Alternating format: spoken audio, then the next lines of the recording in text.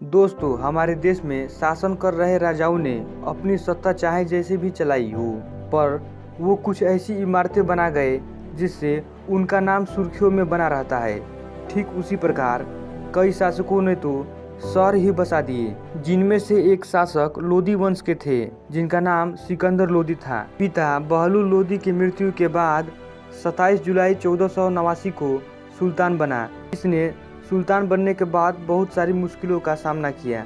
इतिहासकारों के मुताबिक सिकंदर लोदी एक सफल शासक रहा। इसने अपना साम्राज्य बड़ा किया। इसने बहुत सारे काम अच्छे किए, जैसे इसने व्यापार को बढ़ावा दिया। इसने गरीबों और यतीमों को भोजन का प्रबंध कराया।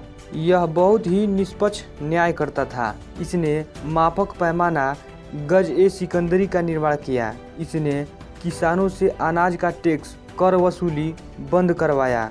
इसने अफगान सरदारों को दबाने की बहुत कोशिश की। ये हर प्रजा को अपनी बराबरी समझता था। यह किसी नए मेहमान की मेहमान नवाजी खुद करता था। पूरे दिल्ली सल्तनत का एकमात्र ऐसा सुल्तान था जिसने लूट की रकम में से एक भी हिस्सा नहीं लेता था। इसने संस्कृत में रचित ग्रंथ आयुर्वेद को फारसी में अनुवाद कराया और इसने शिक्षा व्यवस्था पर विशेष ध्यान दिया। इसने धार्मिक मामलों में भी सख्ती बरती।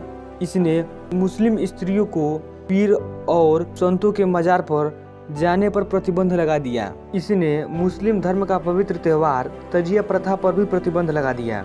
अपनी चेहरे की सुंदरता बनाए रखने के लिए यह दाढ़ी नहीं रखता था।